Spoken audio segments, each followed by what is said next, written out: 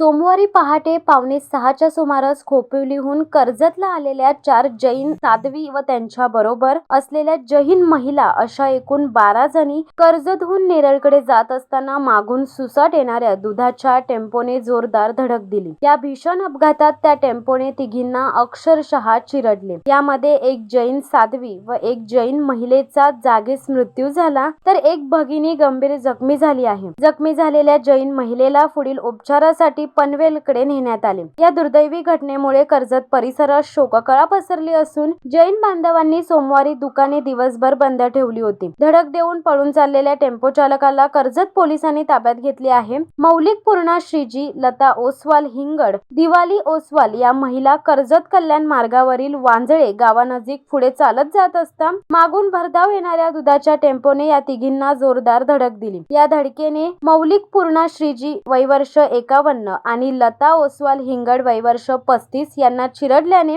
त्यांचा जागीच मृत्यू झाला, तर दीपाली ओसवाल वय वर्ष 36 या गंभीर जखमी झाल्या आहेत। जखमी झालेल्या ओसवाल यांना पुढील उपचारासाठी तातडीने पनवेल येथील गांधी हॉस्पिटल येथे नेण्यात आले। टेम्पो चालकावर गुन्हा दाखल करण्यात आला असून पोलीस निरीक्षक सुरेंद्र गरड अधिक तपास करीत आहेत। ही घटना समजताच कर्जत तालुक्यात शोककळा पसरली। विशेषतः जैन बांधवांना या घटनेचा धक्का बसला। मृत महिलांच्या पार्थिवावर धार्मिक विधी करून सायंकाळी 5:30च्या सुमारास कर्जत स्मशानभूमीत अंत्यसंस्कार करण्यात आले। आमदार महेंद्र थोरवे, माजी आमदार सुरेश लाड, रायगड जिल्हा परिषदेचे माजी उपाध्यक्ष सुधाकर घारे, माजी सभापती नारायण डामसे, उपनगराध्यक्ष अशोक ओसवाल, किरण ठाकरे, नगरसेवक विवेक दांडेकर, व्यापारी फेडरेशनचे मयूर जोशी आदींसह जैन बांधव भगिनी व नागरिक मोठ्या संख्येने उपस्थित होते।